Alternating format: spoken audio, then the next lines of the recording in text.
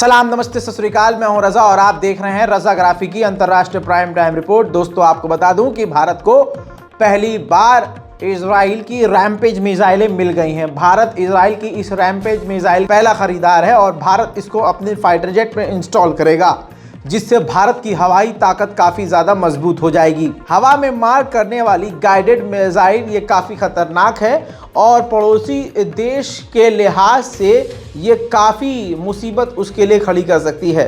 भारतीय वायुसेना की इससे शक्ति बढ़ जाएगी। और जानकारी के लिए बता दूं कि ये डील पहले ही हो चुकी थी और अब भारत को पहली खेप इजराइल के द्वारा इस गाइडेड रैम्पेज मिसाइल की मिल चुकी है। उधर चाइना के सरकारी अखबार ग्लोबल टाइम ने भारत का जमकर मजाक उड़ाया है। भारत के मेक इन इंडिया और दूसरे जो प्रोग्राम है उसका जमकर मजाक उड़ाते हुए भारत को दिखाया है कि वो कंपटीशन कभी कर नहीं सकता और कंपटीशन में कभी चीन से जीत नहीं सकता। दोस्तों, अचानक से ग्लोबल टाइम के ऐसे बयानबाजी से भारत और चाइना के बीच फिर से तनाव पैदा होने की स्थिति बनी हुई है।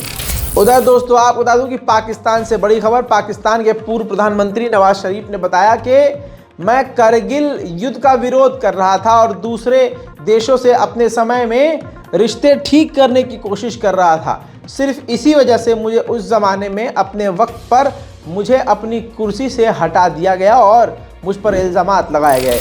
उधर पाकिस्तान के पूर्व प्रधानमंत्री जो इस वक्त जेल में है, इमरान खान, उनकी मुसीबत ख़त्म होने का नाम नहीं ले रही है।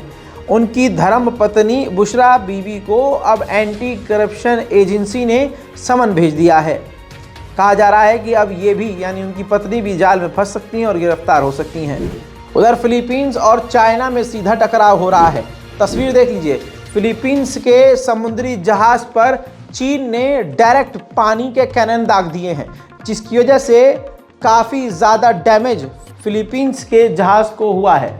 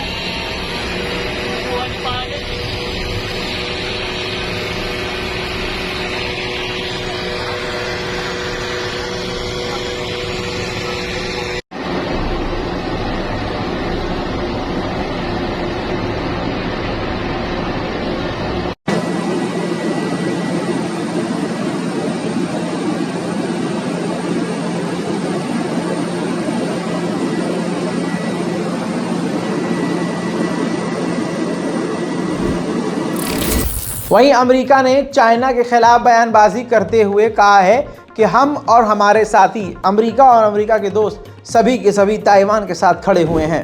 वहीं आज ह्यूमन राइट डे है, जिसको मद्देनज़र रखते हुए अमेरिका ने 20 अलग अलग दुनिया भर के नागरिकों को ब्लैकलिस्ट कर दिया है। इल्ज़ाम ये है कि ये वो लोग हैं जिन्होंने ह्यूमन राइट का उल्लंघन किया है।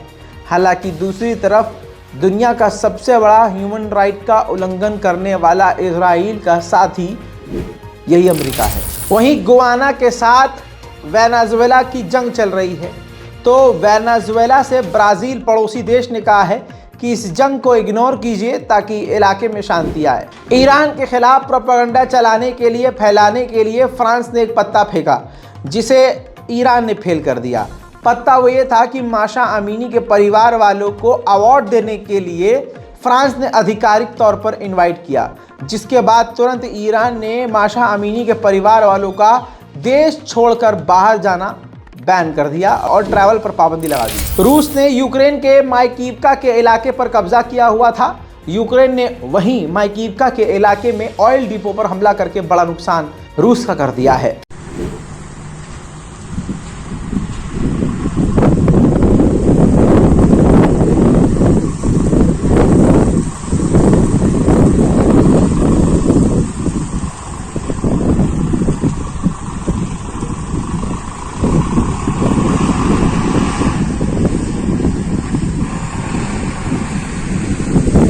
Охренеть. मेरे दोस्तों, बड़ी खबर तो ये है कि वॉल स्ट्रीट जर्नल यानी अमेरिका के सबसे बड़े अखबार ने लिख दिया है कि 2025 तक भी अब यूक्रेन ऑफेंसिव खतरनाक हमला रशिया पर कर ही नहीं सकता, क्योंकि उसके पास इतने हथियार बचे ही नहीं हैं। वहीं मेरे दोस्तों, जहां दुनिया भर ने रूस पर पाबंदी लगाई, तो रशिया के चंद दोस्तों ने रशिया को काफ़ी ज़्यादा फ़ायदा ही पहुंचाया और ख़ुद फ़ायदा भी उठाया। जहां हीरा लेना बंद किया गया रूस का, क्योंकि रूस सबसे ज़्यादा हीरो का कारोबार करता है, आपको बता दूं कि वहीं चाइना के हांगकांग ने सबसे ज़्यादा हीरे खरीदे हैं रशिया से।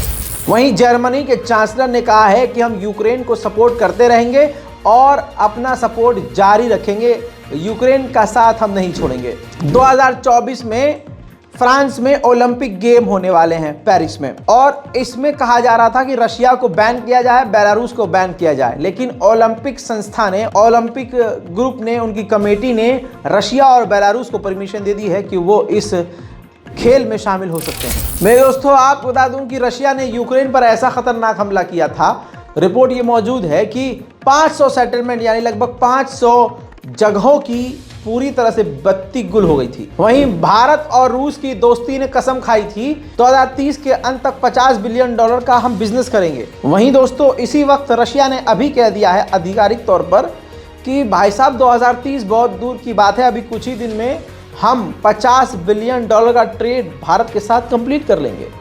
यानी भारत और रशिया तेजी से बिजनेस कर रहे हैं। वहीं रशिया ने यूक्रेन के अदीवका के इलाके पर हमला करके पूरे इलाके को तहस नहस कर दिया। Це результат влучання російської авіабомби.